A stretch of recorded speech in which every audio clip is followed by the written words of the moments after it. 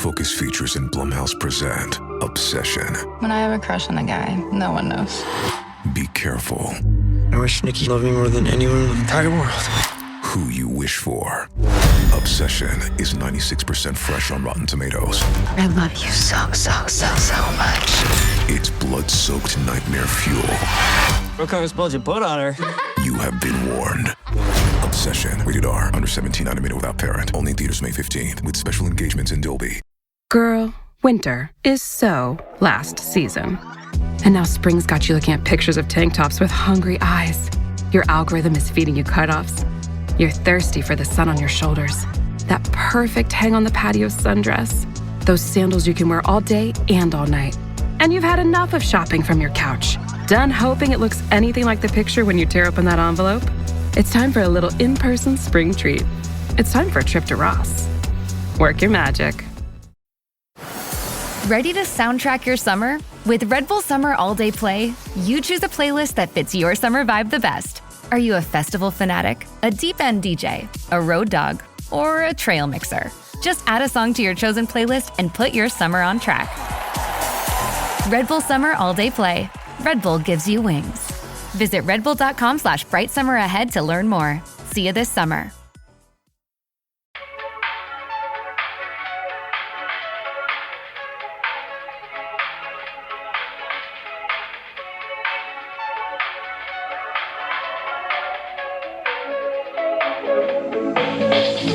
Florals for spring. How groundbreaking. If you don't know that iconic quote, that came from The Devil Wears Prada, the first movie, which we'll be reviewing today on this podcast called What Am I Watching? I have seen this movie so many fucking times, and every time I watch it, it never gets old. Everything is still hits exactly the same, and I was honestly even surprised watching it again this time because I was like, I feel like I watched it somewhat recently. Every time I'm watching it, it's like the first time I've ever seen it. It's so good. It is very good. I watched it in theaters when it came out in 2006. I've watched it numerous times since then, but I haven't watched it in any recent years. I haven't watched it since I've worked as an assistant. So that's been a long time. Oh, wow. And so I have a different way of looking at it now. Yeah, I showed Mott's this I movie had for the different first thoughts. time. Oh, that's interesting because he loves it and he also worked as an assistant. Mm-hmm. But I showed him this for the first time a couple years ago and he was like, oh my God, I love this. Yeah, So- I still love it, but I have different thoughts. There is some aspects of it that I've always disliked, and I actually disliked them even more this time. Ooh, So, but we'll get into it. okay.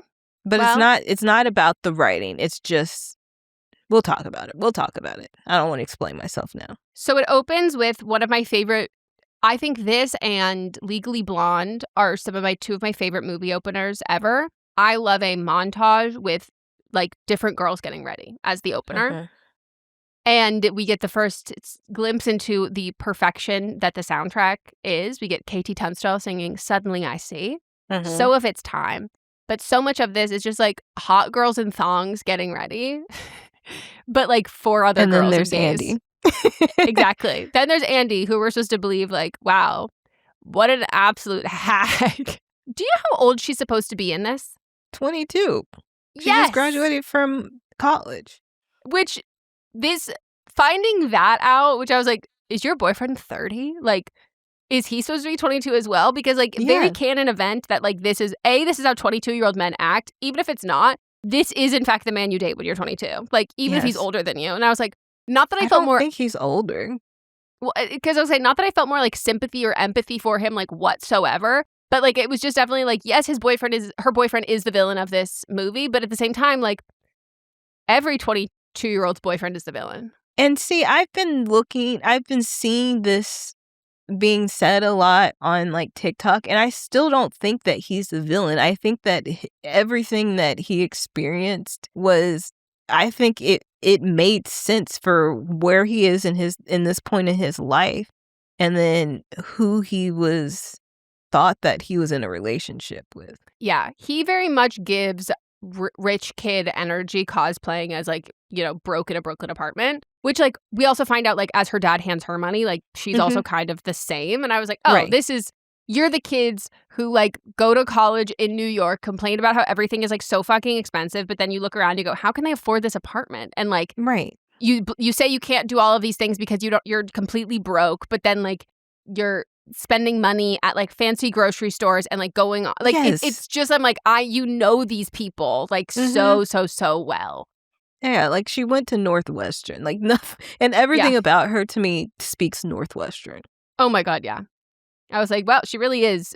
And like the ambition of if you know anybody who went to Northwestern specifically for journalism, they're like, I'm actually about to be Christiane Amanpour. Like I'm about And to she be. was also pre-law as well because she had gotten into law school and then decided not to go. Yeah. And all of that makes sense to me for her, except for when we get to runway and she walks in not knowing anything about what she is interviewing for. I was like, are you Gen Z? Like you're a millennial.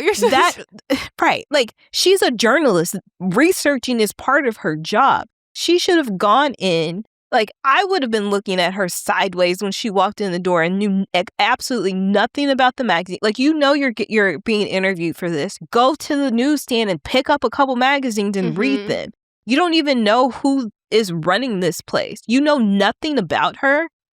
Do some research. I would have been pissed off if this was something that I really wanted and then somebody walked in and didn't know jack shit about it. Like, you should be prepared walking to any interview. And that's one thing that I had a different insight on now as an adult on the other side of this. Or when she like laughs because like she thinks what they're doing is frivolous, and I go, "Do you want the job? Like, right?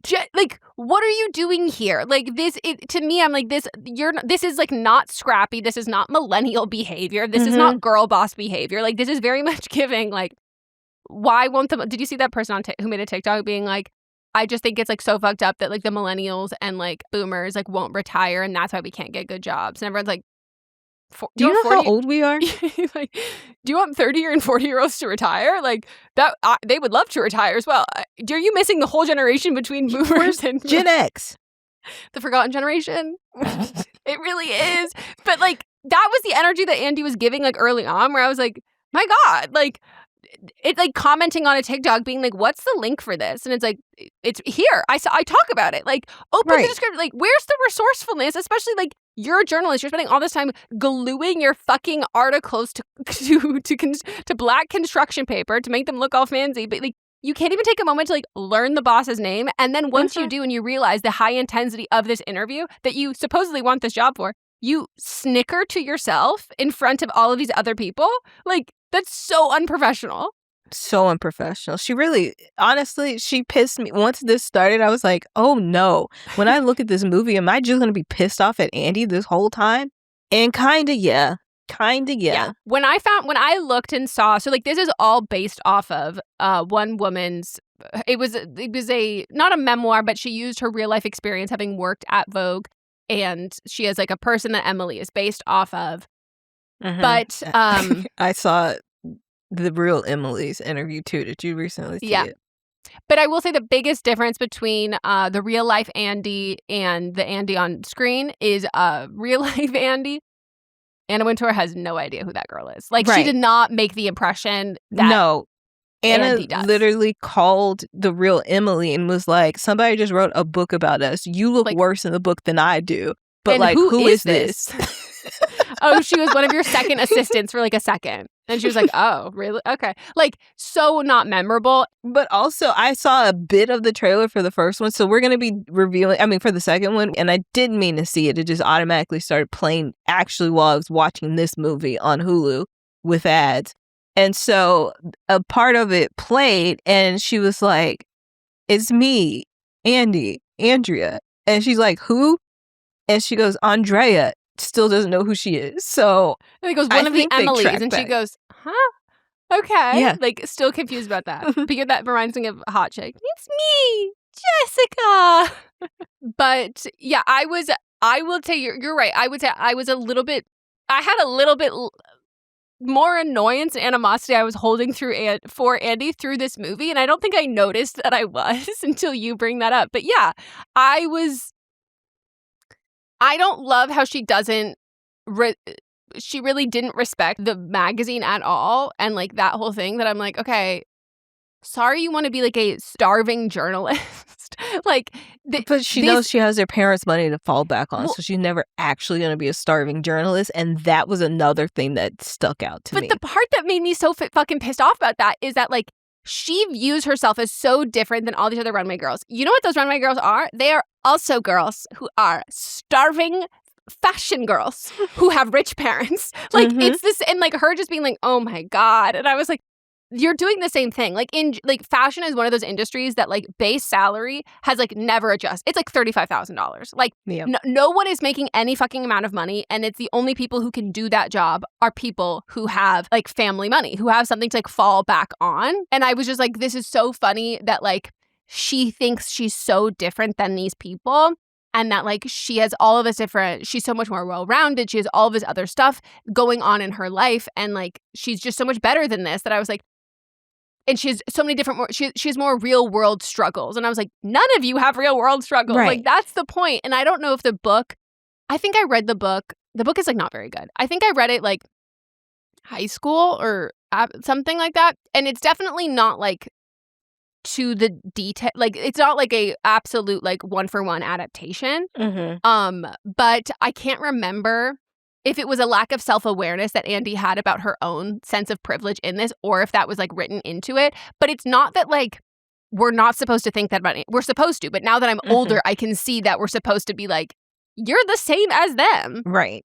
And you always have been. Like, and somebody who also worked as an assistant, and I when I'm critiquing this, I'm also coming from a place of privilege too, because when I even started doing just internships, those were unpaid internships, and I understand like the only way that I was able to get through those things was because my parents were helping me out.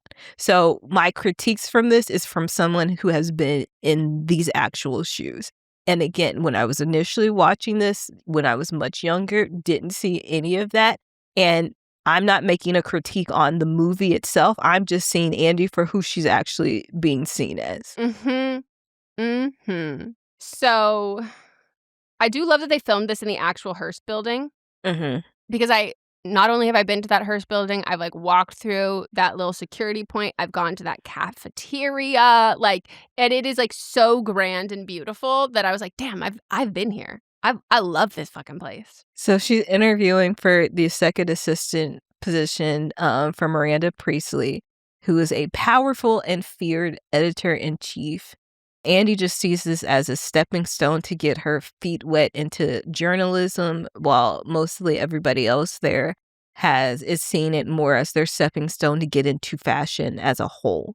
And Emily makes it clear, who is the former second assistant who's now moved in first position, she makes it clear that like this is a job that everybody wants. Like, you need to be a little bit desperate for this one, but the last two people that I hired were not good at their job, and they got fired immediately.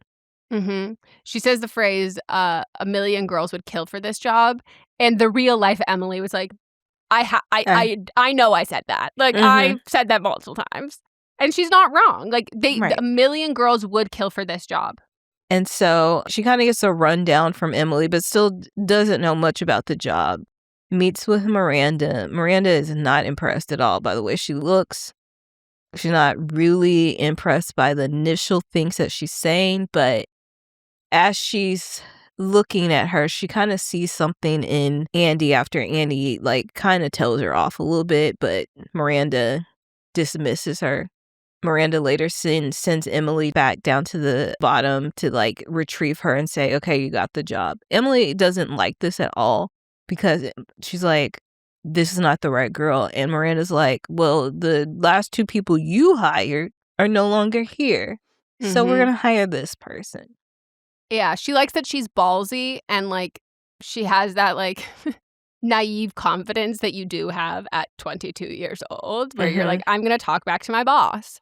But on her second day, she wears we get the cerulean blue sweater monologue. And I just realized as I looked over while I'm watching it, that yarn that I got, cerulean. I'm knitting myself a cerulean sweater. And I was like, the timing of this is so funny to me.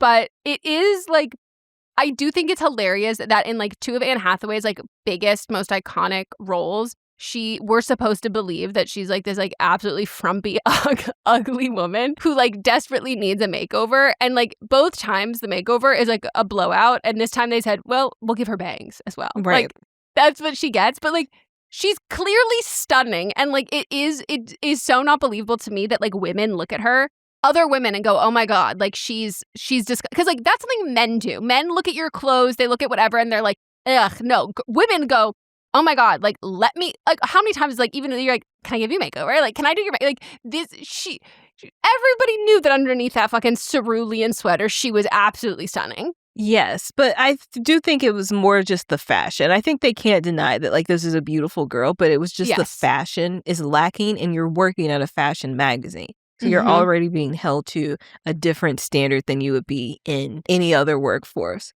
But there's one thing that I noticed while watching this is that she has the same eyes as Liza Minnelli. As I was watching, I was like, oh my gosh, they look like she looks like a young Liza Minnelli. And then I typed it in even before I could finish. It fills it out, and there's so many pages talking about how she does look like young Liza Minnelli, who just released a book.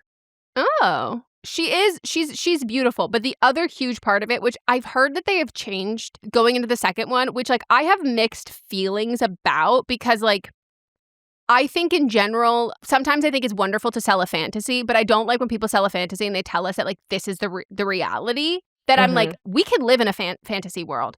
But that, like, she's a size 6. So she is, like, absolutely so massive to everyone else. Like, they're like, she's fat. Like, she's huge, she's fat. And everything is talking about that.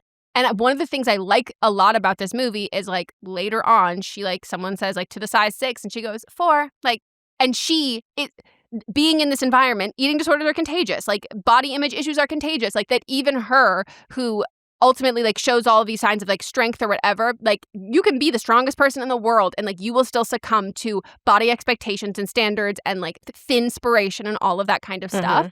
And so I've heard in the second movie that they were like, we really don't, we want like true body representation. And I was like, for sure, that's actually not fashion at all right now. Like, unfortunately, like there was a time. If this was like 5 years ago, then yes.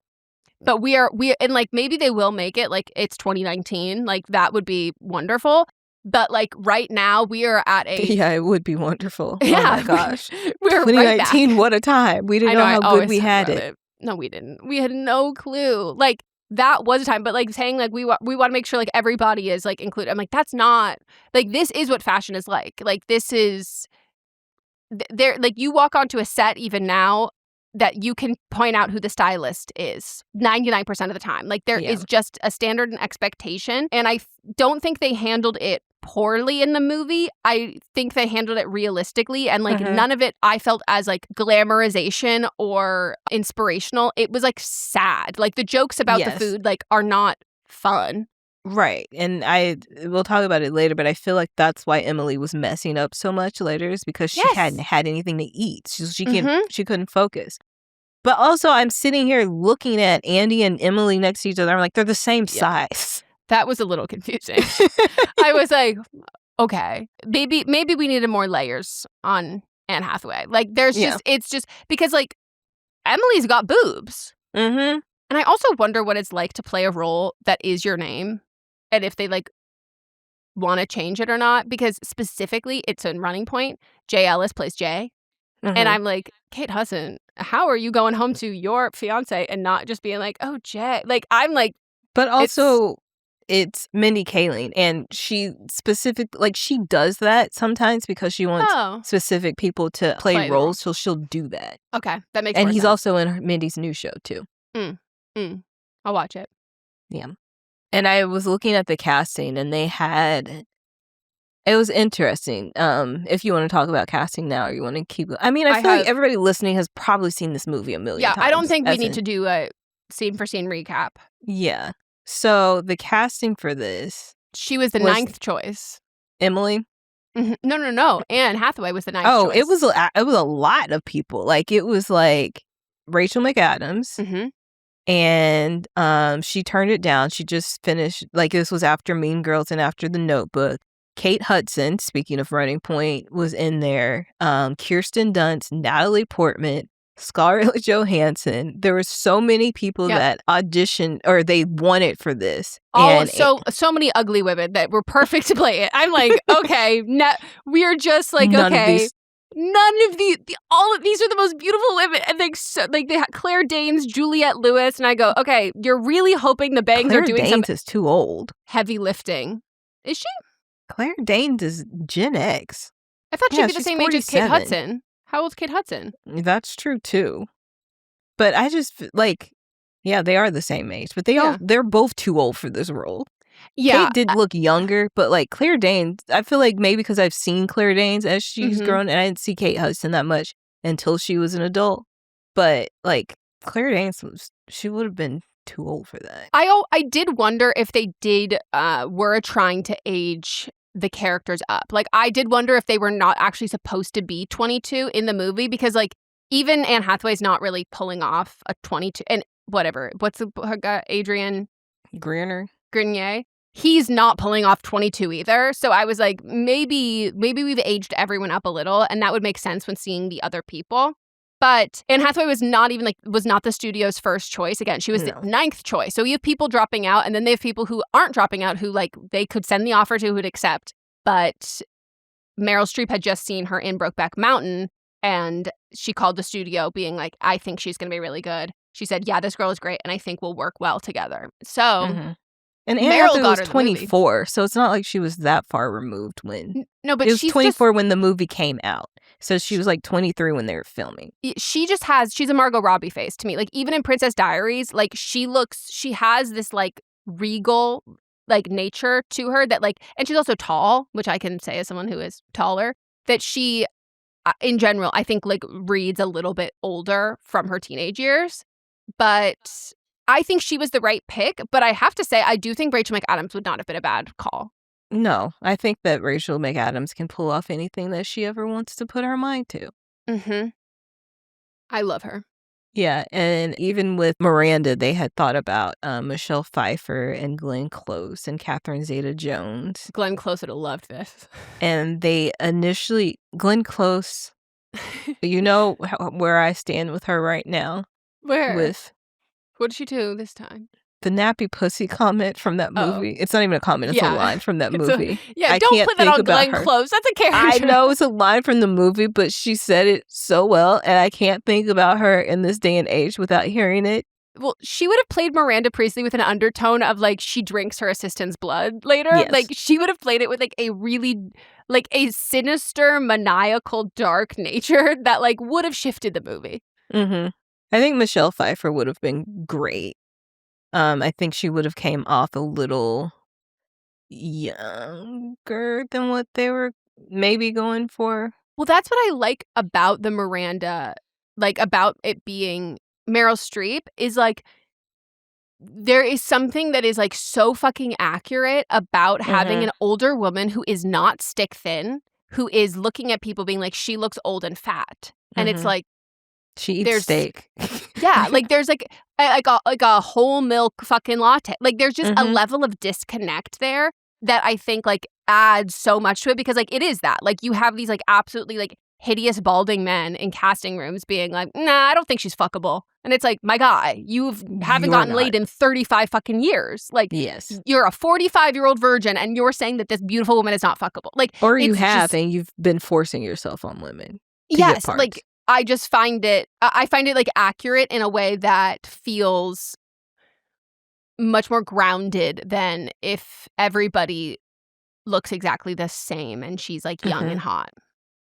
But she's hot, but like young, and she self-identifies as this, as opposed to like an Abby Lee Miller who is like telling people how to dance and everything to do, but like cannot do it herself. Mm-hmm. And then we're also introduced to Nigel. So this is our second Stanley Tucci movie. Mm-hmm. And he's an art director. And for that, they had Barney's actual creative director, Simon Doonan, audition and then ease Robert Verdi to do it, but casting, they were only using them. They were never planning on actually casting them. They just brought them in for auditions so then they could get the flavor for how other actors should be playing them. That's manipulative. That's very manipulative. Yeah, that makes sense, though. Mm-hmm. This is also how Stanley Tucci met his wife at the Yep. premiere of this movie, because his wife is Emily Blunt's sister, a.k.a. Bones. She's the girl from Bones. No, that's the wrong No, sister. that's Who's she married to? She's married to someone else famous. but that's Zoe Deschanel's sister. Zoe Deschanel's Zoe- sister. I was doing this like bangs. You know what I'm talking about. No, here's the thing. I do. That's how I remember things as well. I understand. Damn, isn't she married to someone who's... I thought she has a similar story, and that's why I mixed her up. Well, I think who was Zoe married to at first? I don't know. All I can... I think it was the opposite way. I think Zoe met her husband from him Oh, okay. the first time. Okay, I buy that. I might be making that up, but I feel like that's what There's it was. some story that's similar to the Emily Blunt one with Zoe Deschanel and her sister and husband. Before she was married to a property brother. Yeah. At least it's a good one. I can't believe they're not twins. Are they twins? My Aunt Lydia. Huh? Are they The twins? property brothers are twins. They're Oh, okay. identical twins. Yeah. Well, sometimes that happens with regular Brothers, people. yes, but they are identical twins. But my Aunt Lydia, rest in peace, love those two men so much. Some people really do love them. Yeah, they were born on the exact same day. By the way, that's their whole shtick is being twins. Why did you call the property twins? Because property brothers sounds better. It does. Did you watch the Property Brothers SNL sketch with Miles Teller, and it's about building the ballroom for Trump? It's so fucking funny. It's very good. And you know me, anytime Miles Teller's in something, I'm reluctant because he pisses me off. But he's a fantastic actor, and thankfully he plays roles that are intended to piss me off. And I was like, oh, perfect. He's playing a property brother. And then with Emily Blunt for the casting, they saw like 150 people. Because this was her relatively big break, right? Yeah, and I was interested to see if she was coming back for this one, and she is, obviously. But yeah, she was reading for something else at Fox, and then they had her to read, gave her the script and was like, hey, try this out. And she used her British accent, which she hadn't really been using before. And they liked her. And they were still bringing other people in, but kept going back to her and then landed on her. And she wasn't supposed to be British at first. Yeah. Emily Blunt has one of those faces that I never know when I'm actually looking at her in the face. Same way I don't know when I'm looking at Sierra in the face. Okay, Sierra has what I call the shapeshifter gene. Emily Blunt has she looks like so many other bitches. She's also she's gotten little tweaks frequently over her career that over the entire length of her career that I do think she looks slightly different in real life, all the time. Versus there are people who are born with shape-shifting faces. Yes. And Sierra has also had little tweaks too. But hers are not. I wouldn't say hers are as drastic. I know what Sierra looked like when she was 16, but when I see current Sierra, totally different person. Yeah, Emily Blunt. It is crazy to think that she has had the most commercial success with her career since this. Yep.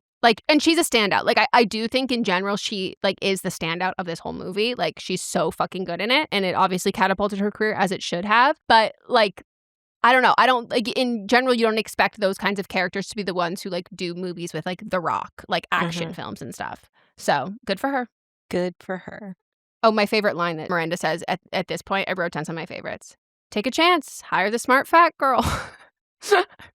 The delivery of all of it is so funny. Even Emily Blunt's what, do you have a hideous skirt convention to attend? Yes. These lines, it is so well written in a way that it's so sharp. Everything is so tight and so sharp that you just feel everywhere you're walking through through runway, like, ow, just got stabbed, ow, just got stabbed, ow, just got stabbed, but like keep on fucking walking.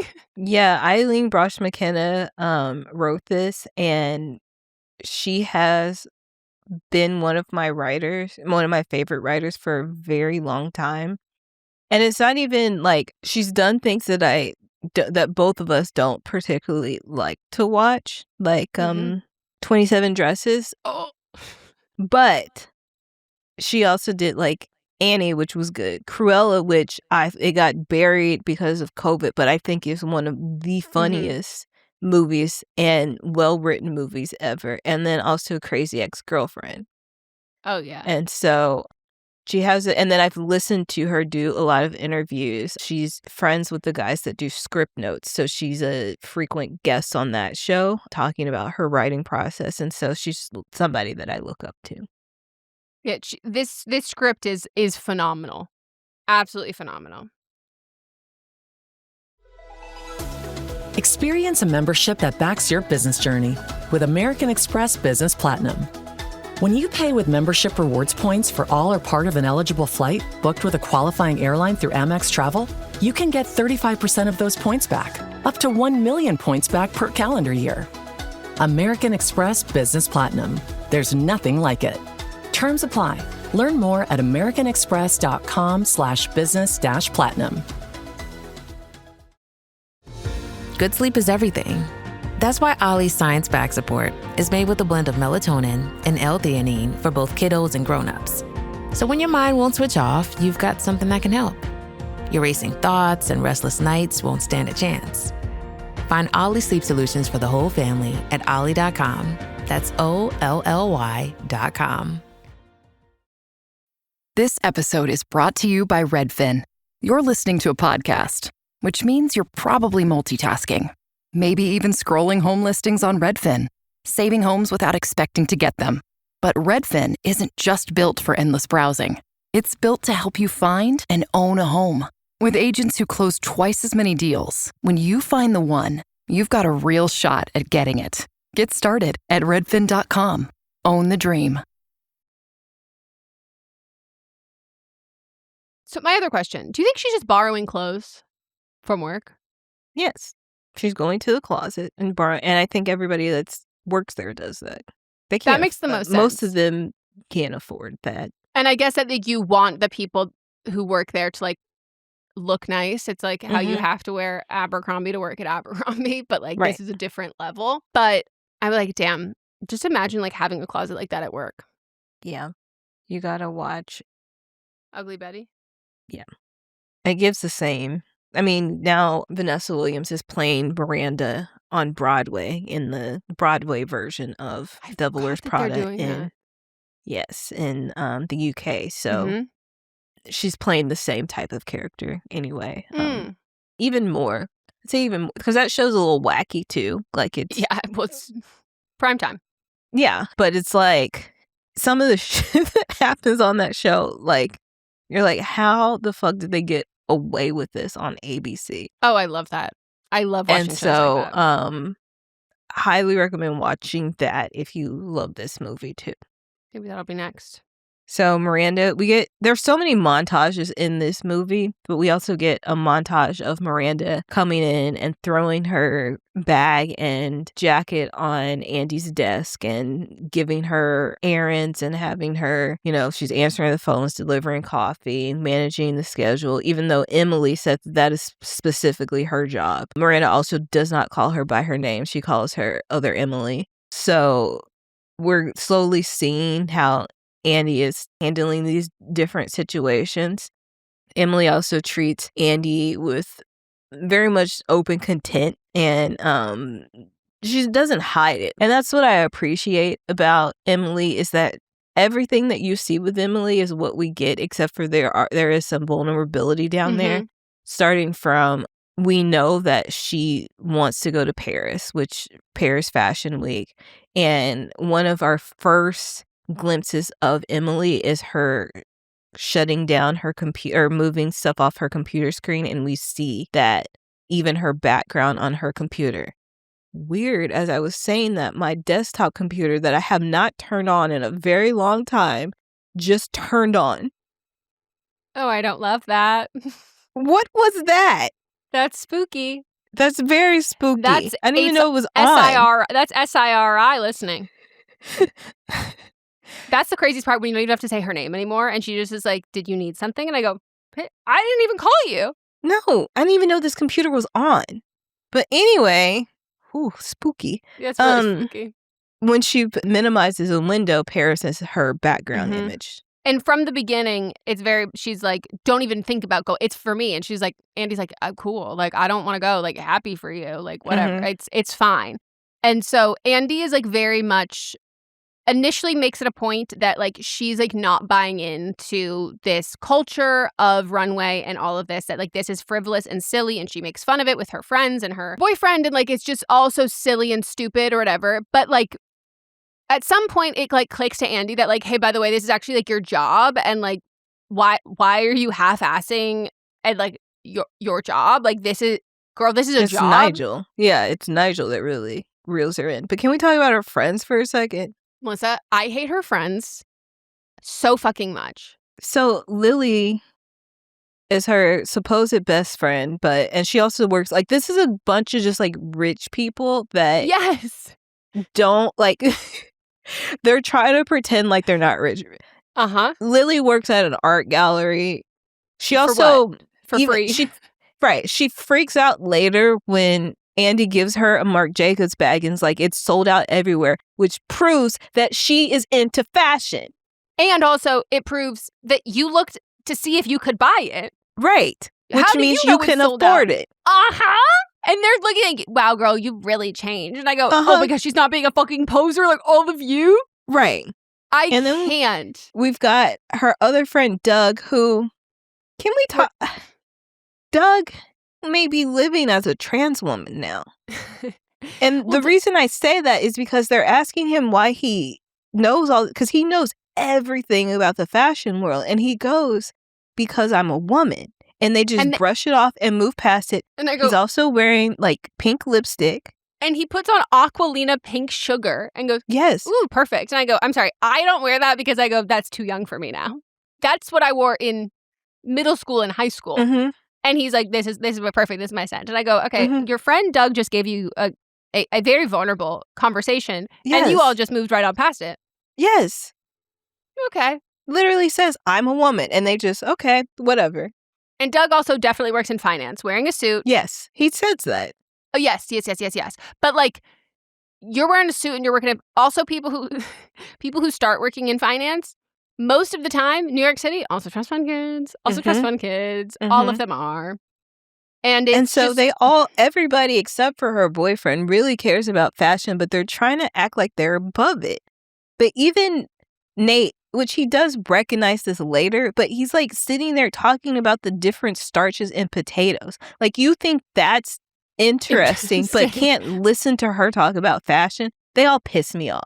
And also, like, he's also not good at his job because he's like, when he makes her the grilled cheese, and she's like, I'm not even hungry. He's like, you waste $8 worth of Jarlsberg. And I go, if you're spending $8 worth of cheese, and that's disgusting. That's a bad grilled cheese sandwich. Like, that is a way too overpowering of a flavor and like too much. Like, no, like, it's just like this idea and he that also like buys like $6 strawberries. Yeah, and like that's this like whole going to buying those Erewhon $50 strawberries. Well, Same thing. The vibe that they give is that like Andy is their fat, ugly loser friend. And so like, what do you mean that you're interested in things that make you like, you're not that, like they have typecast her in their mind of like who she is in the friend group. And like, they're allowed to be interested in fat. They're allowed to care about it, but she's not. And like, when she's like gets her makeover and glow up or whatever, like that, it's very Lily in fucking Princess Diaries. Like, who are you now? And I'm like, because you want your friend to like not be viewed as cute anymore. Like, it's just, it's such a very weird thing that they hold her to these expectations. And what's even weirder to me is she's like, I'm sorry, you're right. I'm like, Andy, get up. Like, what the fuck do you mean? And like, you can stand up to Miranda Priestley, but you can't stand up to your friends? To your fucking loser friends? Like, the part that made me more pissed off than I ever remembered was when she brings her friends free stuff. She brings a Marc Jacob purse, she brings the perfume, she brings a phone, all of that. And then her phone fucking rings from the job that got you all of this motherfucking free stuff. And they take her phone and they're playing like hot potato with a big, I'm going to answer. And I'm like, I just gave you a $1,500 purse from this job that you're trying to get me fired from. And they're like, oh my God, you're taking this so serious. Like, and that you're happy that I finally got a job and that you're like, wait, and now you're going to be like, let me get my shit back. I'm going to take those gifts right fucking back now. And they're like, oh my God, she's being so sensitive. And I was like, are you kidding me? Like, huh? It's not like she works for like Lockheed Martin and was like, hey guys, got you like a commemorative bomb. Like, here you go, throw it on your enemies. Like, they're acting like she is like absolute horrible, disgusting corporate sellout and like vapid. But then they're like begging and welcoming these gifts with open arms.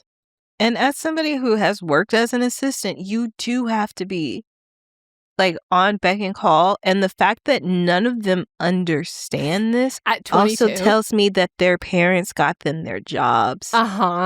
They skipped it. They skipped those fucking steps. And like, even of everyone to be the most understanding should be her fucking boyfriend, because like if he's supposed to be like a fucking busboy, which is what he would be if he was starting from like the very beginning of this, but no, he's not. He's like working and cooking in a kitchen. Like he is a line cook, which I'm like, you're a 22-year-old line cook at like a nice restaurant? Huh? You skipped the busboy stage? You skipped like you're the absolute bitch of the fucking of the entire fucking operation? Okay, that's confusing. Her friends pissed me off more than he did at this point. And I think it's because I've already been mad at him, but I forgot to be mad at the friends as much. So then we're at a meeting where Andy laughs when this girl is comparing two different belts, which they were very different belts. They were just different color. I mean, the same color. They were different belts. Completely different buckles. I was like, Andy, be serious for a fucking second. Like, like pull it together. Like, you're being dramatic for no fucking reason. These are very different belts. Like, if you're a journalist, use your journalist brain, which again, she's 22, so she's not. So use your journalist brain thinking about, you know what, let me be here to research this so then you know how big of a deal that this woman is. So then I can eventually like blow the lid off on this. This would be the ultimate good research call. For somebody that wants to like stick their neck out and be like a respected journalist. Or you can write The Devil Wears Prada. And then it gets turned into a movie. Yeah. That's the part after that is when she was like, I just feel like I'm constantly fucking up. And Nigel's like, yeah, like you're not taking it seriously. Like, do you like just quit then? And like that I think was the best thing he could have said, of being like, just quit. And she was like, well, no, I don't want to quit. And then he's like, why are you coming here? And like, you know, you're not doing your best. You're half-assing this. You're aware of it. You think this is stupid, like, and you think you're above it, then be above it. Leave. I did think that this conversation should have happened earlier, because it did happen after she had been out to dinner with her dad and was like trying to find a plane out for Miranda from Florida during a hurricane. She was really working then, and so I was like, that conversation to me should have come before that. Well, and also like, your dad essentially gave you permission to like continue to be unemployed. And like that to me, I'm like, okay, now that maybe should have been a realization that like, hey, I am choosing to do this the same way that all these other women are choosing to be here. Like, I am not above it at all. Like, I'm actually in the thick of it. And we get the gorgeous makeover because in order to play the part, you got to look the part. And she had been resistant to the shoes that Nigel had given her before, to where she eventually did put them on after Miranda looked her up and down, but now she is completing the transformation. And there's a girl on TikTok who after a while has finally acquired the entire outfit that's like the post makeover one, where she's wearing this Chanel tweed blazer and skirt and the boots. And I was like, damn. That's a nice motherfucking flex. Like, that's a fashion flex I would kill for. But we see her, like, just get better at her job. And it's, like, suddenly, like, a switch flips in her brain of being like, oh, like, I know how to work. And that is what separates her from Gen Z. Because she goes, oh, I was choosing not to do this. This level of learned helplessness was more so me being petty. And, like, I can figure it out. And so she figures it out. This weekend, when I was at that volunteer thing that I was telling you about, there's this lady there that she's Gen X, and we were talking about something I won't talk about, but she was like, yeah, those millennials just don't want to work and blah, blah. And I was like, you're talking about Gen Z. You're not talking about millennials. And she's like, No, like, I'm talking about, like, those 18, 22-year-olds, and I said, that's Gen Z. And we kept going back and forth, and she was just like, okay, just pull out your phone and Google it. And I do, because I said the youngest millennials right now are 29, the oldest are 45. And then that's what she was like, pull out your phone and Google. And so, as she had said, my son is 24 and he's a millennial. I said, no, he isn't. He is Gen Z. Yeah. So then I pulled out my phone and showed her. And then she's like, well, my point was, and I was like, no, you weren't making you were just saying the wrong one. Right. Also, you are Gen X. You're acting like you're a fucking boomer. Like, you're Gen X. That's very boomer energy. Right. Very boomer. Which you should know how old the generation is beneath you. Yeah. And also, like, you're now actually similarities to Gen Z, who doesn't understand any of the generations and who's acting like a boomer. Yep. So, and that's why they both have in between Zoomer. They have the same name. Yeah. Well, because my theory, boomers, lead paint chips. Gen Z, they are plugging vapes into their fucking USB ports to their computer, and then they're sucking computer air. And I go, perfect. And Gen X just left at home by themselves, not doing anything. Yes. Starting fires, putting those fires out. Mm-hmm. They literally had PSAs on the television for the parents asking, do you know where your children are? Yeah. At 10 o'clock every night. Gen X had, it was boomers or whatever generation, the silent generation, I don't know. Whoever is Gen X's parents, they had things on TV saying, do you know where your children are? Because they just let Gen X run around outside. Yep. And then Gen X was like, we can do that with our kids as well. Yeah. And the millennials were like, we have to figure this shit out. Mm-hmm. And millennials raised themselves. And then they were like, okay, we got this. We're incredibly resourceful. And then everyone else was like, cool, they've got this handled. And then we thought, well, perfect. Gen Z is going to step up and they're doing what we do. And they go, I thought you had this handled. And by the way, you're old. Right. Retire so we can get a job. What? I'm so sorry. What? Stop parting your hair there. Like, my God. Like, leave our jeans alone. Like, leave us alone. They're like, I saw someone made a TikTok being like, I'm starting a new series. Like, I'm teaching millennials, like, how to use social media. And I'm like, bitch, we are social media. Like, literally invented it. Do you know how to code a MySpace?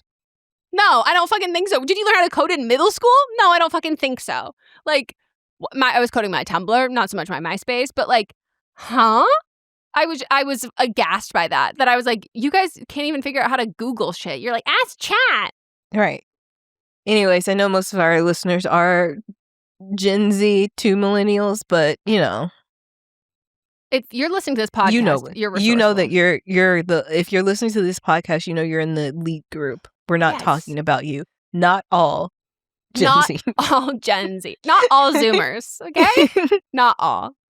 So now Andy becomes quicker and more efficient, and she is anticipating Miranda's needs. However, the more Andy succeeds at work, the more distant she becomes from her personal life. Which, again, this is just something, like, all her friends should be going through this. Yes! All of them should. And, like, that was pissing me off so much, because I'm like, by the way, even if if she was like a late start to the career, like if let's say she took a gap year or something and she's like 1 year behind, this would be fresh in her motherfucking memory. But I'm like, no, all of you motherfucking privileged assholes skip this fucking step, and now you're like, oh my God, like, can't believe she's not coming with us to the wine bar on a weeknight. Like, what a loser, what a corporate slave. And I'm like, are you kidding me? You in your motherfucking suit, like, you working at your art gallery for what, 3 cookies and a soda? Like, you're not getting paid. Like, I was like, what the fuck? But y'all can afford to be at these nice ass restaurants every fucking night.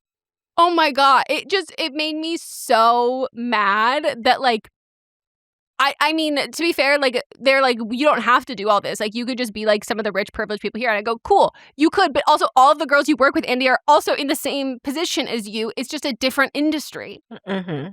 Oh, it pissed me right fucking off. We also, at some point, met the designer. Yes. Handsome man. Daniel Sanjata is his real name. Very handsome. He was on Grey's Anatomy for a stint. She used to blow Miranda's back out.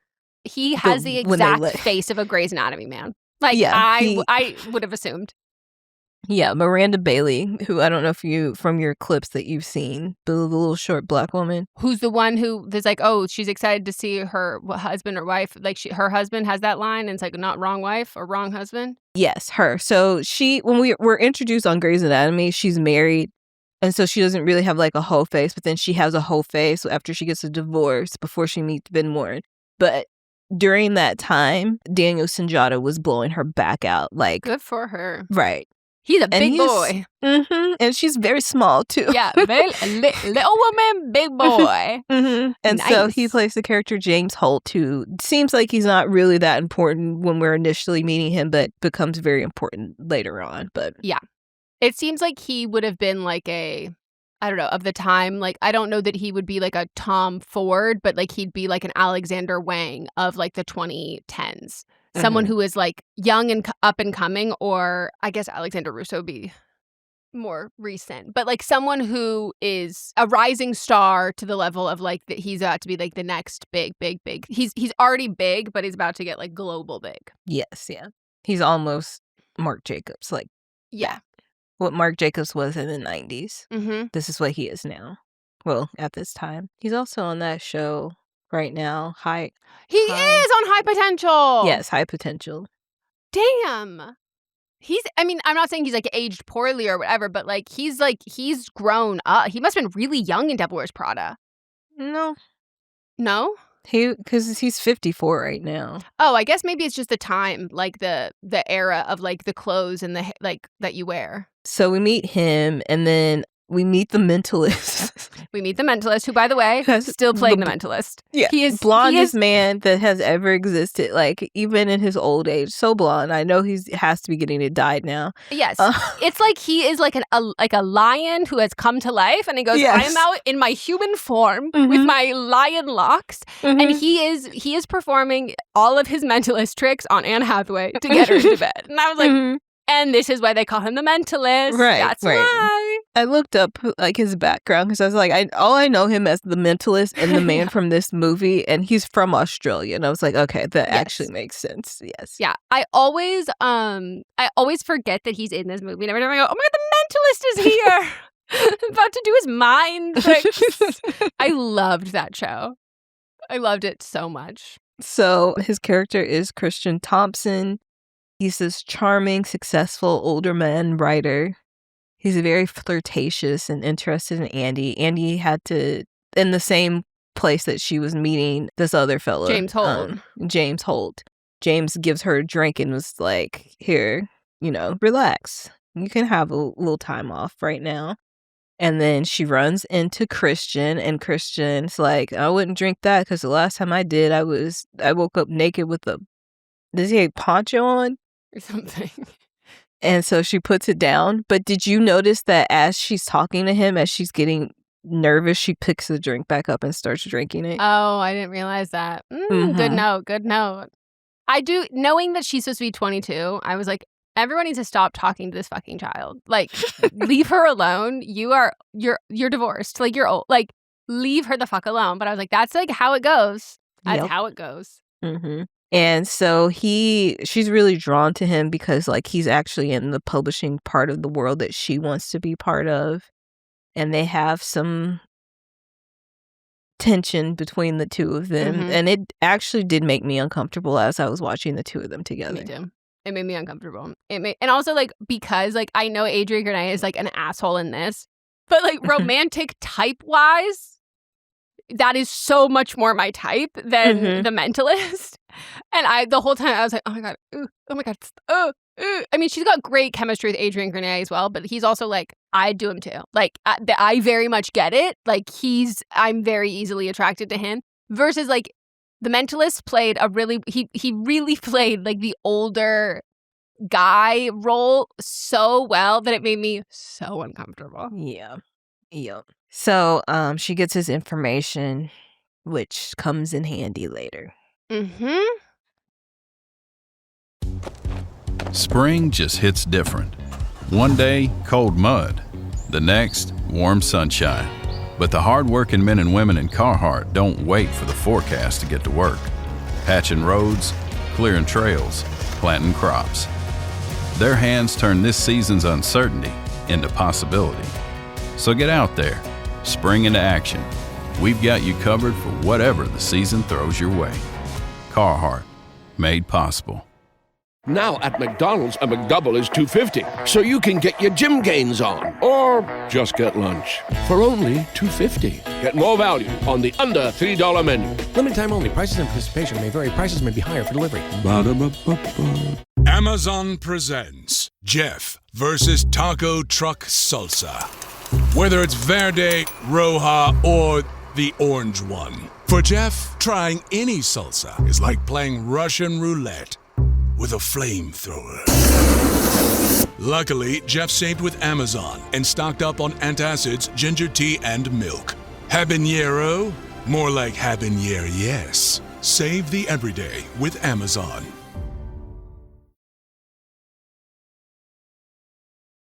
Then we get to Miranda's like pissed at her because like she couldn't follow through with the plane and all of his other stuff. And like now she brings the book to the house and she's supposed to put it on the table, but instead she goes upstairs because the kids are like, it's fine. Emily does it all the time.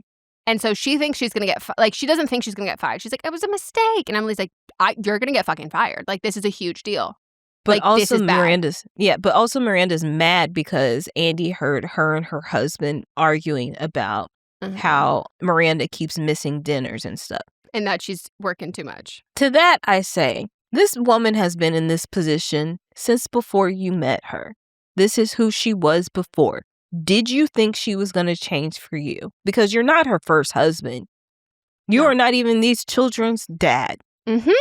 That's how I feel about Running Point. Anytime that there's an argument between Kate Hudson and Max Greenfield, and he's like, whatever. And I go, sir, like, you also, it's not that you're like staying at home. You have a job. Like, you have your own motherfucking job and your own fucking career, but you want it to end at the exact same time as you. You're not adjusting anything for her. You just have this expectation that you are the man, so you should work more. And like anything more than that is outlandish and like needs to, you have to be the pinnacle. You have to be the top. You have to be the peak. And like, that's exactly what this is to me. And it also pissed me off. But that's what, so she witnessed seeing this, which is also mirroring her and her boyfriend's conversations about her job, which apparently really just went right over her head because that did not stick with her at all. But that was like a massive fuck up. So the next day in the office again, she doesn't think she's getting fired. She thinks like, oh, I made a mistake, whatever. I don't know why it's like her first day at work all over again. And she thinks she can just like make crucial, absolute mistakes like that and it'll be fine. But then Miranda essentially gives her an intentionally impossible task. Make it, if you can't do this, don't even bother coming to work tomorrow. Yeah. The thing is, she wants Andy to quit. She doesn't want to fire Andy because in my mind as a business owner, she's like, if she quits, I don't have to pay her any severance or anything. And as we'll find out later, Miranda's job isn't as secure as everyone thinks it is. And so I think if she fires yet another fucking assistant, it's going to look like, okay, this is time for someone else to come in. So the impossible task is, my girls want to know what happens next with Harry Potter. Oh, I'll just run to Barnes & Noble and get the book. Don't be silly. They want to know what happens next. They have all of the books. And she goes, you want me to get the unpublished manuscript? And because this came out in like peak Harry Potter fandom, I was like, it is truly the impossible task. Like there is like in present day, not a comparison of a book that you're like waiting or anticipating coming out because like so much stuff is digital now and like you can have leaks like that. But I will say it wouldn't be that impossible as somebody who directs audiobooks because I get pitched books all the time and they send them to me and I don't. Oh, totally. And like I get the digital copy of it. And that's what I was thinking when eventually how she gets the book. It makes total sense to me because I have so many copies of books that, I mean, I sign an NDA, but I can't send them out. But I do have them, so it wouldn't be that impossible for her to get. No, but it seems like, and then this like Harry Potter, like Lock and Key, we're already deep into the series, so like this shit is intense. I will say, there are things that I have that are very big books that people would want to read. I buy, but the whole thing, I think it's like, it sounds like such a daunting thing that like, where the fuck does she even start? And I also think that like this specifically is such a good plot point because like that's publishing. That's like the thing that she views as so much better than Runway and so much better than magazines and all of this stuff. And it's like, do you even have these connections? Do you have the ability to even get into this, to like touch your finger to this world, to like get a favor from that world? And she spends so long trying to do it. She has until 3 p.m. until the girls get on the train. And Miranda even tells her, we know so many people that work in publishing. You can do it. Even though Miranda does not expect her to be able to do it, finally, after so many different leads, she sees a bus, as we used to with an ad, and remembers about the mentalist and goes, I'm going to call him up and see if he can do me a favor. The Mentalist Who Wants to Fuck Me. Hey, that sounds like a good book name. The Mentalist Who Wants to Fuck Me. That sounds like a Bridgerton book. Yeah, it does. And so he pulls through with it. And she has one of my favorite, like, cuntiest scenes is where she brings Miranda her afternoon Starbucks, drops it on the desk, and then absolutely plops, like, slams the fucking manuscript on. And she goes, only one copy for the twins? And she goes, oh, no. I had them both bound so they feel like real books, and I put them there. And she goes, where are they? She goes, on the train with them on the way to Grandma's. And I was like, damn, that was very much like a checkmate kind of move. She keeps her job, and Miranda gives, when she walks out, Miranda doesn't say thank you or anything, but we see that Miranda gives her a little look. And Andy is also like strutting a little bit like, I did that shit. And she got the book, he got the book from, the Mentalist got the book from an illustrator, the person that was illustrating the cover. And I was thinking, like, yeah, that actually makes total sense that person would have it. But her, in doing this, in this assertion of not only like accomplishing this task, the confidence that she does and has after this, it does in fact lead to her essentially starting to outrank Emily #1. And builds that resentment that has already existed there from going like, you're nothing, you're a nobody, versus then to being like, okay, you're a good team player, to now being like, oh shit, now you think you're team captain. Now she's appointing you team captain. And like the system and the hierarchy of the office is like not, it's something Miranda sets, and like it cannot be questioned by anybody else. And this is where we start to see she starts putting her bag and her coat on Emily's desk and all of these power moves. And she's creating this intentional rift between the two of them. And also calling her Andrea now instead of Emily, other Emily. And this is the part where like Andy also, she was like, I don't know what to, I can't do anything now. And I'm like, no, like you're allowed to say that like you got better at this job and like you like it here. You're allowed to want this, but this idea that like she has to be accidentally good, or she's like not, she can't want it. She can try and do all this stuff because like it's the principle of it, but the idea that there's any sort of deep-rooted desire here, she still views as being like frivolous and silly and stupid. And so like Emily caring about all these things, she's like, I really don't. It's fine. Like I'm sorry, like it's no big deal or whatever. And I'm like, oh my God, like you're allowed to care about this thing. Like you're allowed to have not cared about fashion and all, and you're allowed to care now. And like, if this really was oh wow, I flew too close to the sun, I don't want to do this to her. And Emily also has not been nice to you. So like, I don't think you owe Emily to not do any of this. But if you truly felt like this is not my journey, this is not where I want to be, and like I can't do this to her, then yeah, I do think you could quit your job. Like, I do think that could be there. So, like, she really does play this, like, constantly, like, I don't even know how I ended up here kind of person where I'm like, oh, my God, you made these decisions. Own it. Like, own these things.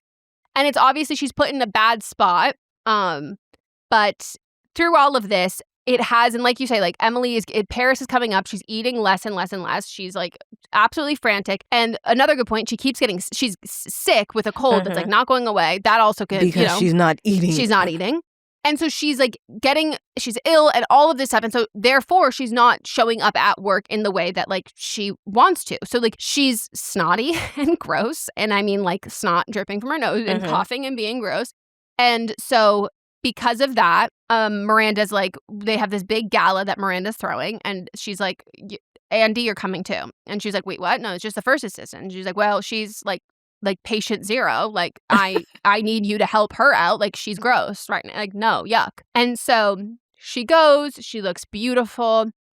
After absolutely stunning. Emily has given her notebooks that Emily has been studying for weeks to know every single person that's going to be there. And Andy seemingly memorizes it in a few hours. Yep. And also to note, this is the same day as her boyfriend's birthday dinner. So she was like, I already have plans tonight. Like, I was never supposed to go to this. And it's like, okay, well, she has to go to this work thing. This is where I have a question of cell phones. They want to utilize them, or I was like, did you call him and tell him this? Like, they said she said she was running late. Yeah, but then send a text. Yeah. Texting is a thing. Like, I know. But she gets distracted by the mentalist using his mental powers later, because she could have made it a little bit earlier. She could have.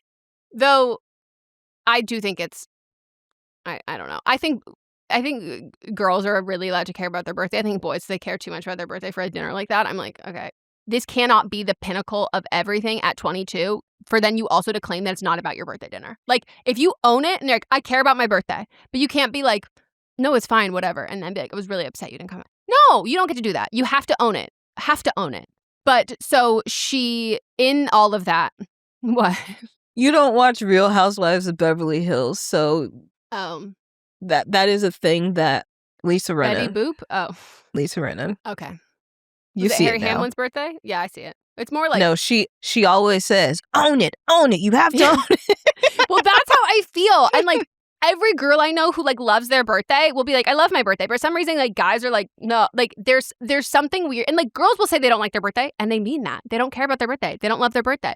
Men always say that they don't like their birthday, but then they're like, they care deeply about it. But like, well, it's like girly to like your birthday. Fucking stupid. But I didn't get that impression from him. I think that he genuinely wanted her there. But he said, he was like, I don't care about my birthday. It's not about my birth. And she was like, no, like, I messed up and I missed your birthday dinner like that. And she's acknowledging that she feels bad that it was a big deal. But he's mad at her while telling her that the birthday's not a big deal. And I'm like, because it's not the birthday, it's her not showing up to his birthday. To just in life in general. She's not showing up. It's not just about the birthday. It's that she hasn't been showing up as a whole. I guess that's true. I still just hate him. And I think like his reaction is what it should be. He's not supporting her, but she's acting like she goes through acting like things aren't a big deal. Is along like making fun of it with them, but then she doesn't say, actually, you know what, guys, this actually means a lot to me. Like that never. There's not a she switch won't own it. right here. Yeah, she won't own it. She won't own it. That part, that pisses me off. And she's changing. And, like, they're all used to one version of her, which, again, people are allowed to change, but, like, everybody can't be held to the same standards anymore. Well, I also think that, like, there's an expectation in this friend group, like, hey, we are all rich, privileged, wealthy people who pretend to be poor and have jobs where we've skipped the hard part, and now you're actually doing the hard part. And like, we signed up for like weeknight dinner friends. Like, you're now actually like working, and we like I don't want to be friends with someone with that level of work ethic. We're not friends with poor people who need to pay their bills. Like, it is that, like, she's shifting the social dynamic of it. Right. But it also pisses me off because none of them own their own privilege. It's like that she's choosing all of this, and that their job, like that jobs aren't like this. And I'm like, okay, but why are your jobs not like this? Because like, you're 22 and they should be. So at the gala, Emily's like, telling her the people who's walking up and all of that stuff. And then at a certain Andy's moment, standing back for the most part. Yep. And there's a moment where Emily can't remember the guy who's about to walk up with the woman he's with. And can't remember. And then at the last second, Andy slides in and whispers to Miranda who it is. And in that moment, a cosmic shift changes. And now we have Andrea and essentially Andrea's little friend, who is Emily. And from that, after that, we get the reveal. So the mentalist shows up as she's running to leave to go to her boyfriend's dinner. And the mentalist is like, ooh, let me use my mind. Stay. Like, you're staying. You owe me. You have a job. You're not as... And she's even like, I'm not as nice as you thought I was when we first met. And he's like, you can have one more drink. And so he's like, I'll introduce you to people. And so she stays, which I think is a fucked up thing to do. But as a 22-year-old who's trying to get into an industry, I'm like, you are going to rub shoulders with people. This is a good connection. But at the same time, like, the only reason why this really doesn't fly is because, like, that is not the expectation in your friend group. Like, nobody is working like this. Yes. And so this is when she should have sent the text message. So, like... I don't get why she fucking didn't. I was like, what are you doing?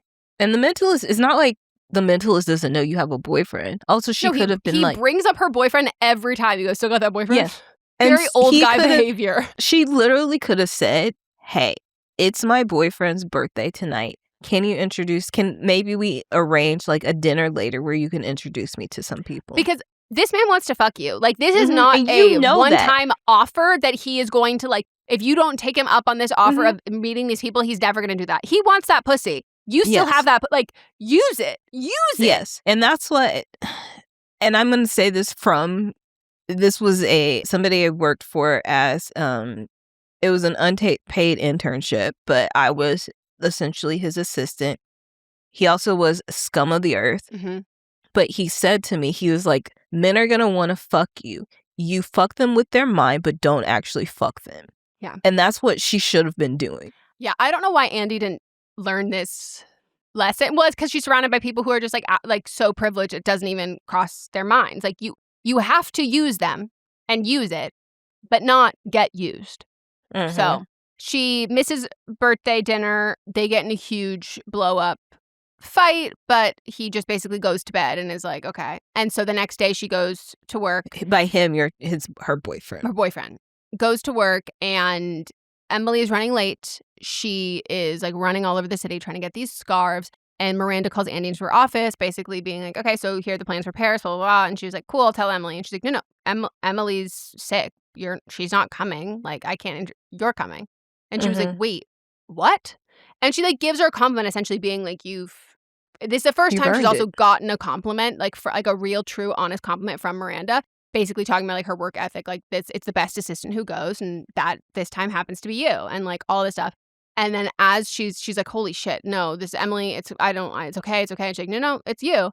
And as she's walking away, or as she sits back down at her desk, like already like panicked, like, fuck, Emily's gonna kill me. She pops her head around and she goes, oh, and Andrea, make sure you tell Emily.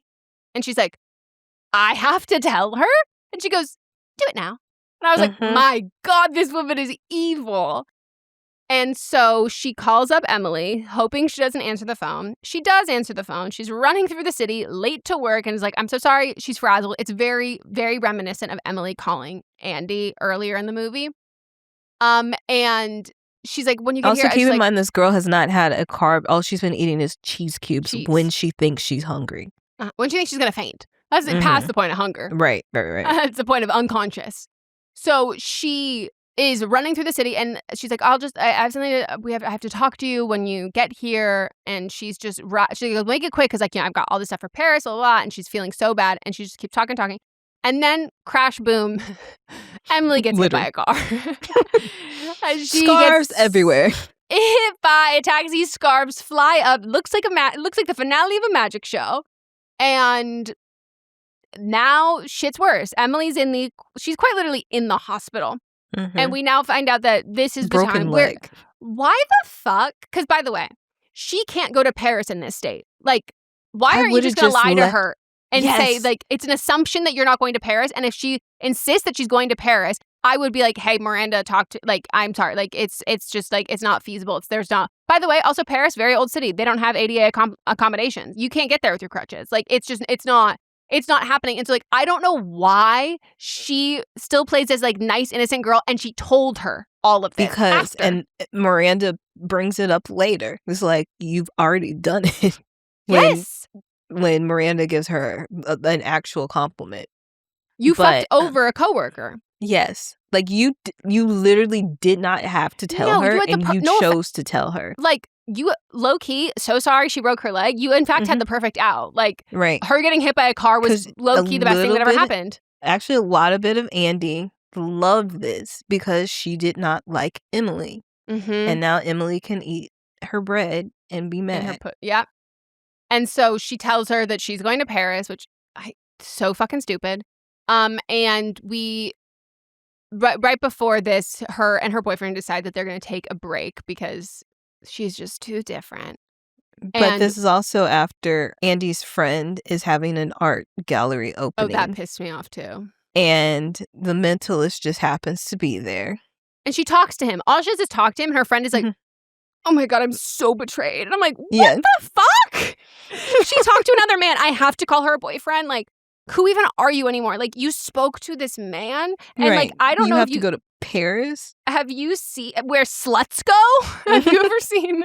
Have you seen Rent, the movie musical? Oh yeah, I know. So who this she's is. in that. So constantly, Yes. I'm like, are you misreading all of these situations with? I mean, yes, they're flirting, but I was like, she's like, you spoke to a man. I don't know much about men and women dating, but I think that was a date that you just had with him in front of me. And I was like, my God, she spoke to a man. Was she flirting? Sure. Does she inevitably have sex with this man later in the movie? Yes. But like, they're broken up. She's broken up with her boyfriend.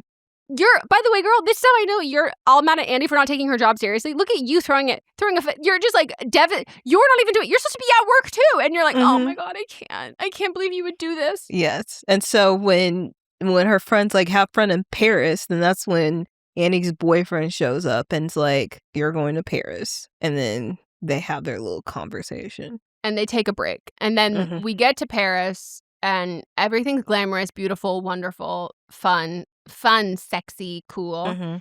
I love her outfit. I like her outfits in New York, but once we get to Paris, I love those outfits. She's looking gorgeous. Like, everything's very fun, very beautiful. And then how does she even end up hooking up with him? Well, Miranda has a dinner that she's scheduled to go to. And the mentalist asks Andy, he's like, do you have to work tonight? And she's like, no, Miranda has this dinner that she's going to. And he's like, then you're free. And so then he invites her out to dinner. They're strolling. Also, did you know that like during this movie, Miranda's never actually in Paris? They didn't shoot any of her scenes there. Oh, that's funny. Because they needed to save money. Yeah. It's 2000s. Yeah. And that's why when they're driving down the street, it's clearly a screen behind them. But yeah, so he invites her, they're flirting. He asked about her boyfriend. She's like, we're not together anymore. I did not like this part because she's drunk and he kisses her and he's clearly not drunk.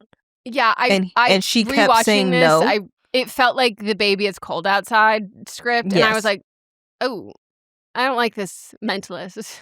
Yeah. Like, yuck. And she said no numerous times. And then like their attempt to make up for it is in like finally she says like I've run out of excuses and like is clearly into it. But I was like, I don't like in general when we write things that like even can be interpreted as like somewhat coercive, because like men watch that and go, that's romantic, or women watch that and go, I should be feeling romance in these moments. Where in like reality, like no. Yeah. And he's also in a position of power too. He's and old. he uses that. Yuck. Predator Badlands, now streaming on Hulu and Hulu on Disney+. Here, you're not the predator. You're the prey. Prey. Prey. Prey. Prey. Prey. Prey. Prey. Critics are saying it's epic, stunning, and breathtaking. Many have come here.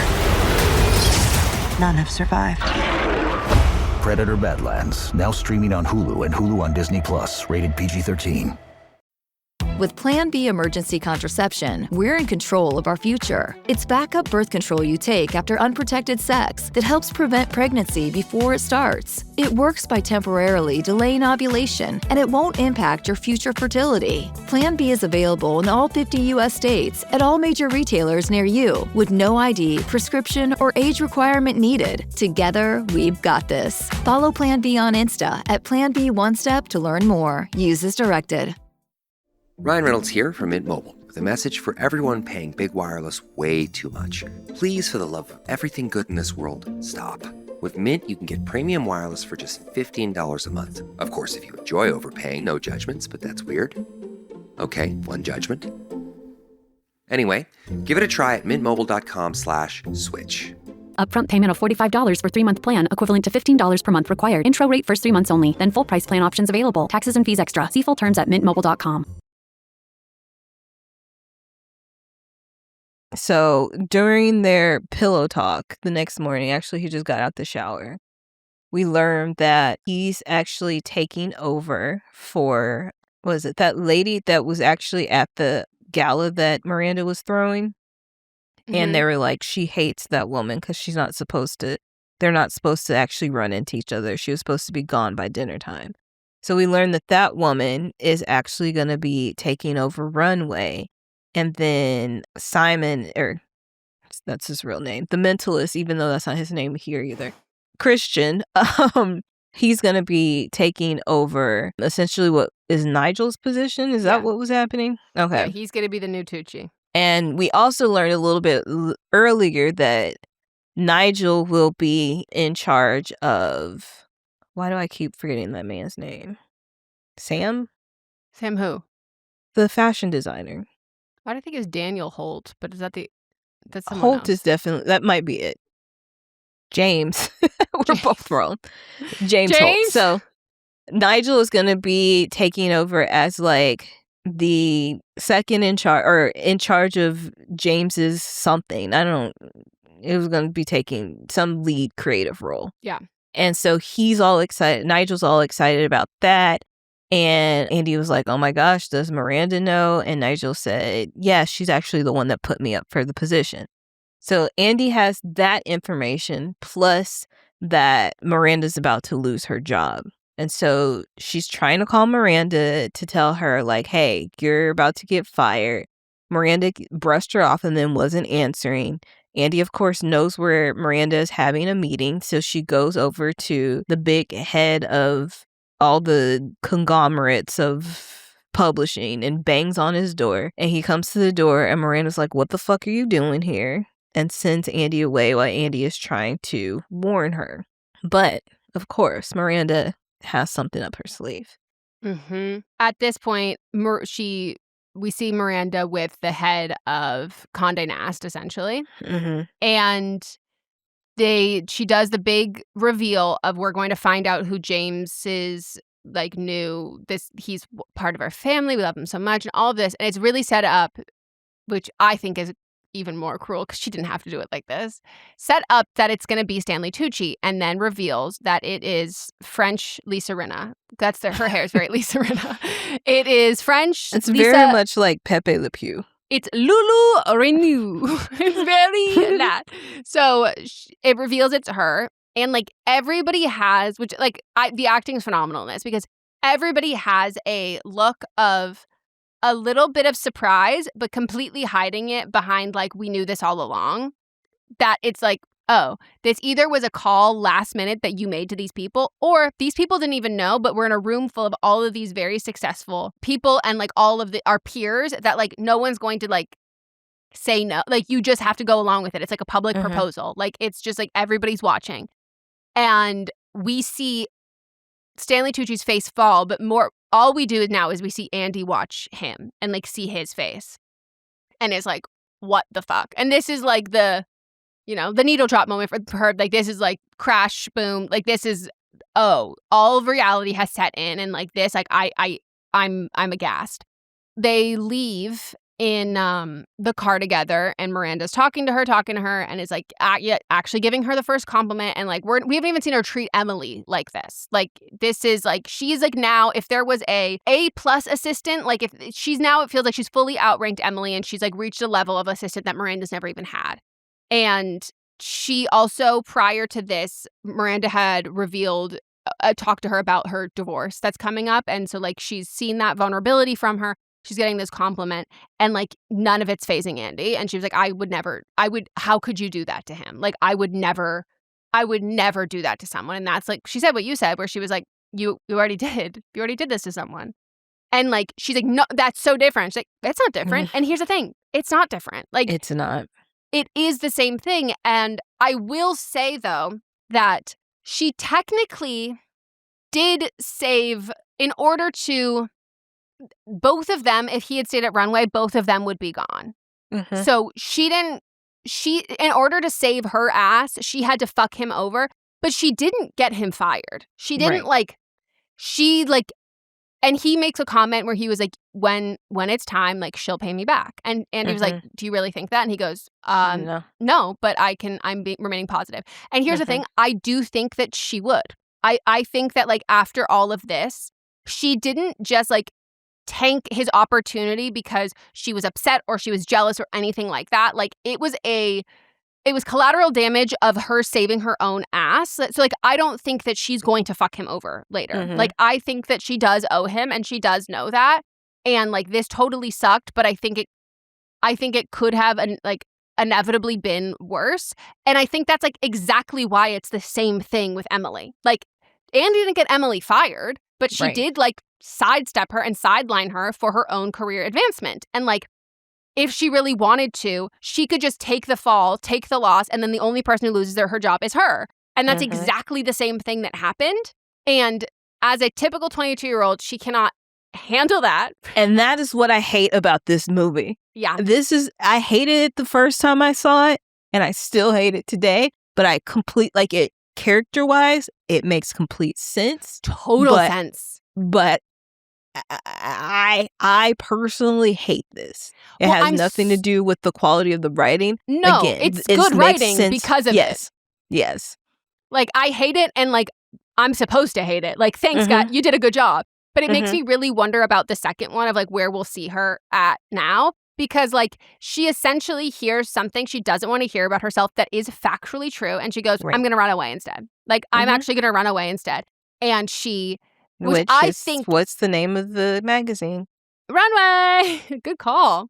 But I like storyline-wise, I like that she did it like this. I think it is clearly very empowering, but it's very empowering as a 22-year-old where you look back on that and be like, oh my God, someone just slapped me across the fucking face. Like, that was like childish, dramatic behavior that is deeply inappropriate, incredibly privileged. You're throwing away a very expensive phone in there, and you're abandoning your position. You're abandoning your job when someone needs you, and like in a fucking foreign country. You could have just quit later when you got back to New York. Too.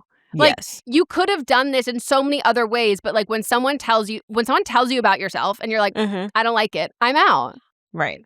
And also, I've quit numerous jobs where I just didn't show up anymore. And for various reasons, usually I just didn't like the people there.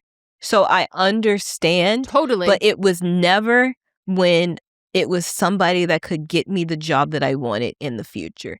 And that was Andy's whole thing, was like, I'm sticking it out for a year so that I can go work at wherever I want to. But she couldn't even make it that far. No, and she couldn't last a year, and then like she's essentially going to like implode on all of this. Everything that she did was for nothing then. You sacrificed what you're thinking, you sacrificed your morals all for nothing. All because it hurt your feelings, because you can't take a good look at yourself to realize what you have done. And now you're going to take your privilege of going back to the hotel that they've already paid for. Yep. You're going to call your dad. Yep. You're going to call your dad and say, I need money to change my flight to go back. You're going back to where? Because you broke up with your boyfriend. Oh, dad is putting me up somewhere to stay. Because now I don't have a job. Or that's your apartment that he's gone from that dad's still paying for. Right.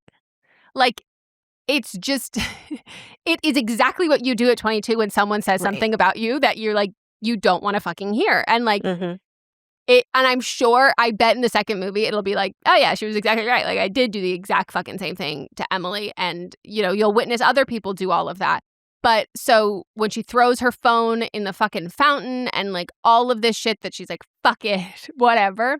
And then she moves on past this and starts applying for new jobs. And she's at what I would presume is like, not like the New Yorker or something. Yeah. Like it would be something like as an in-between, like not like one of the big traditional newspapers, but like something in the in-between of that. And she gets the interview and he's like, well, looking at your resume, like I've read your samples, like everything looks really great, but like what was this year at Runway? Like that seems, which by the way, he was like, you didn't even make it a year. No one would ever say like that 8 because months. like that is still publishing. That is still journalism. Like, and like if someone told me like, oh, why'd you waste your year here? I go, oh, you're a sexist pig. Like, I don't want to work here. Like, it's just that part. I was like, that's, you know. And so he's like asking her because it seems like she really wants to do like Christiane Amanpour level stuff. And like she was not writing there. She wasn't like copyright. Like there are other jobs she could have taken other places that were slightly more realistic to Yes, but this. she couldn't get a job there. So No, that tells me exactly. she wasn't even as good as she thought she was. No, because she's 22 and she's trying to be a writer. I'm like, oh, Right. be a barista. You- Be like you have every to- other fucking 22-year-old writer. Yes. Be a fucking make coffee. Be a barista. And so he was like, so I called up, left word at Runway. Emily with this snooty girl. With snooty girl Emily. And about 5 minutes later, some lady named Miranda called me back and said that you were No, she sent a fax. It wasn't even a call. Oh. She sent a fax. Sent a fax saying that like that you were the greatest. She's had many assistants over all these years, and you were the greatest disappointment. And we get the dramatic pause, and I'm an idiot if I don't hire you. Mm-hmm. And she was like, huh? And as she leaves the interview, as she's getting ready to go on the subway, she sees Miranda getting in her car, and they exchange a look where Miranda ignores her. Andy waves and smiles. And when Miranda ignores her, she's like, oh, typical. But Miranda gets back in the car, has a little bit of a smile to herself, catches herself, and then goes, go to the driver, which I think is perfect. Mm-hmm. Mm-hmm. Such a good ending. There was a scene before where that she forgives her boyfriend. Yeah, and he's like, he wants to get back together and is like, come with me to Boston and you can live while I'm being a sous chef. You can figure things out. And I'm just like, no. And this is the smartest move she ever made. No, breaking up with him first was the smartest move. And then second was not taking him back. But the fact that she called him up to apologize, I was like, I'm so sorry. Now you're unemployed and No. you're telling me you've learned nothing from this? Sorry, I was working hard. You're right. I really should do less of that. I need Right. to work less hard. I need to be more vapid and more like everything that he's criticizing her liking Runway for was all of the things he wanted her to be. Shallow, vapid, boring. And like, he thought she looked so hot in yeah, every he outfit loved that. it. Yeah. Even the lingerie. Uh-huh. But Stupid. yes, this movie, that last scene made up for me being pissed at her before. Yeah. And she's lucky. She's lucky that Miranda didn't be like, no assistant has ever left me in fucking Paris. But also, like, lie. Like, you didn't have to put that on. No. This is another thing that irritates me about Andy is that she's not savvy enough. Like, don't put that on your resume. Just said I had a gap year. No, the way that I kept thinking, Or so like many I took a break before I entered the workforce. so many of these things could have been avoided if Andy just could fucking lie. Like, lie. Like, it's lie. Like, this whole, like, I have to be honest about all this. I go, well, that either be better, so what you're being honest about is you doing a good job, or if you're not, then, like, lie about it. But, like, this whole thing of being like, you just got to be honest. And I'm like, no, you're fucking, it pissed me off. She was not scrappy enough to be a millennial or resourceful enough to be a millennial. Because, like, what do you mean you got all of that hard? Because then there was a certain point where she was, like, absolutely coasting. Like, she was working so hard. She was, like, killing it. And then we end the movie with her apologizing for doing that. Right. Another thing is that she talked about how, like, Runway was more than just fashion, and this is another time her friends were being douchey. But she was talking about how, like, there's actual, like, articles within Runway that are things that she cared about. She could have stuck it out and then been able to transfer into a different department. Yeah. The whole thing in itself is that, like, we are 0 to 60. It's all or nothing. We're either full force ahead or, like, we've completely stopped and we're just like, I'm a baby. I don't know what to do. And it's very 22. She wasn't thinking big picture. But again, very 22. Very It 22. made sense for who she was. When I was under 22 and saw this initially, I did not have any of these thoughts. This is me having lived life and now seeing it in a different lens. And that's what I like about any sort of film or entertainment, any sort of art, is that you can pick it up at different times and have different feelings about what's happening. And that's how, like, really well-written art is like that because, like, the people who are writing it weren't 22. They were writing it from a different perspective of having been that 22-year-old, looking back on that, and then watching it when you're 22, and you're like, oh, my God. And then watching it older, you go, oh, my God. Wow, you're making me feel new emotions every time. And I think all the performances in this were phenomenal. I think the model cameos, like, this was, like, one of the early stages of doing that kind of stunt casting just for those little background stuff. And I thought even all of those were very good, and everything was done so so well, and I love it. Like, this movie's so good. And of all of the movies, I do think it's funny. It's getting a sequel that, by the way, the author has written like 7 books. This is not an adaptation of the second book or any of the other ones. This is a brand new one. Because I'm like, source material was not the best. But I think this is like one of the long-standing, like, perfect films. And I'm excited for the sequel.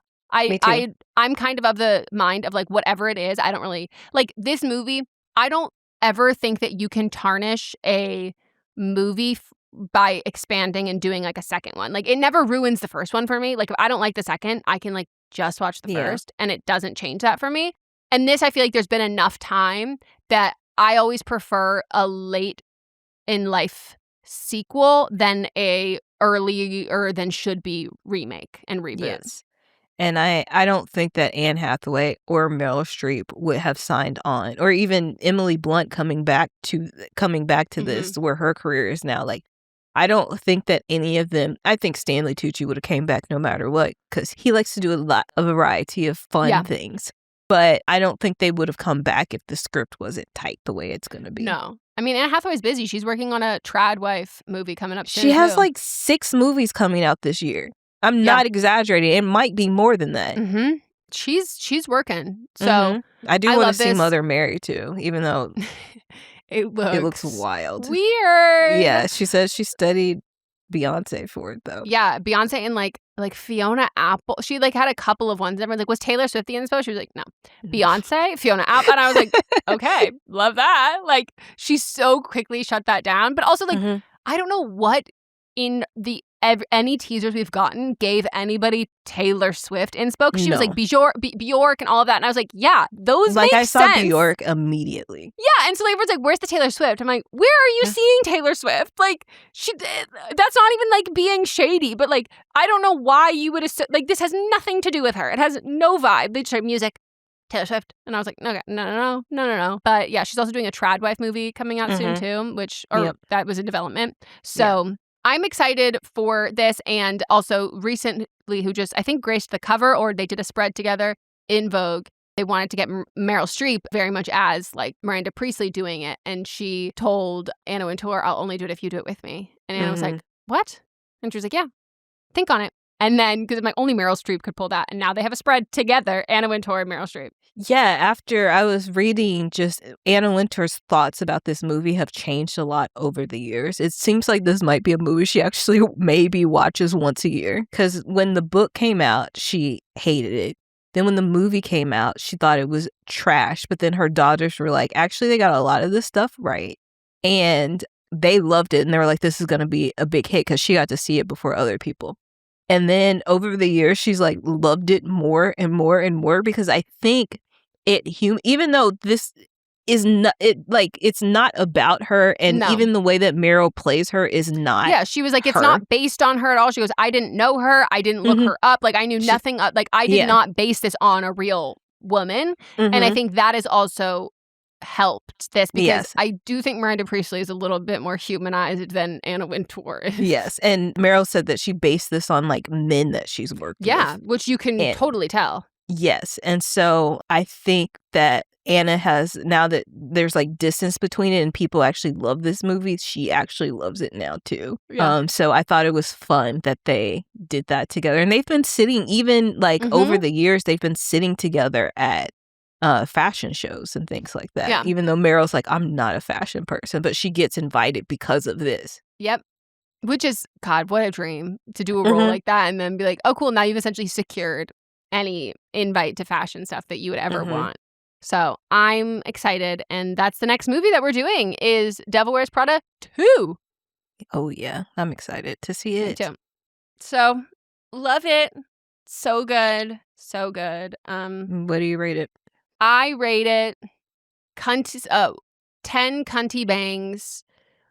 Lots of what they call them, the clackers, the girls walking down the hallway with all those heels. About a dozen of those, and every single silky Hermes scarf that flies in the air when Emily gets hit by a car. I just realized that Stanley Tucci is responsible for cunty bangs in 2 films, at least. This one and in Burlesque. Oh my God. He loves a girl in Cunty Banks. I love that for him. Wow. All rated 10 million Prada pumps. And throw some cubes of cheese in there for good measure. Oh, yeah. Eat food. Some carbs, some cubes of cheese. Yeah. Blocks of cheese, dare I say. Right. There was a lot of cheese in this movie, actually. There was. Grilled cheeses. Yep. Which was bad. Right. It looked really bad. It wasn't even pretentious. Yes. A lot of pretentiousness from that man that's very judgmental. Okay. Bye-bye. That's all.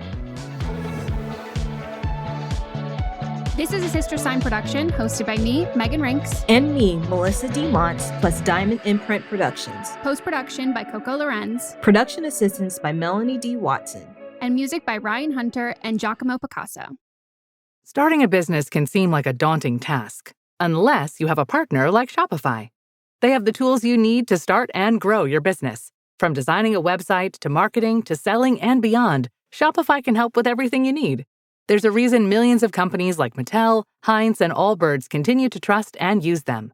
With Shopify on your side, turn your big business idea into... Sign up for your $1 per month trial at shopify.com/special offer. Looking for the best place to shop this Mother's Day? Go with the brand that makes it easy to send something thoughtful to everyone on your list. 1-800-Flowers.com. Right now at 1-800-Flowers, order 1 dozen roses and get another dozen free. More flowers mean more smiles, all backed by the quality, attention to detail, and trusted delivery experience that make 1-800-Flowers my top choice to send something beautiful Mom will love. Make Mom's Day at 1-800-Flowers.com/Spotify. That's 1-800-Flowers.com/Spotify. Few things are truly timeless, because to last, you can't stand still. That's the beauty of Michigan. You can feel it everywhere. Like a fresh breeze on a riverfront stroll, or how the nightlife hums with electricity. Like an old friend with new stories to tell. So let the excitement bring you back and bring you together, season after season, in pure Michigan. Find your season at michigan.org.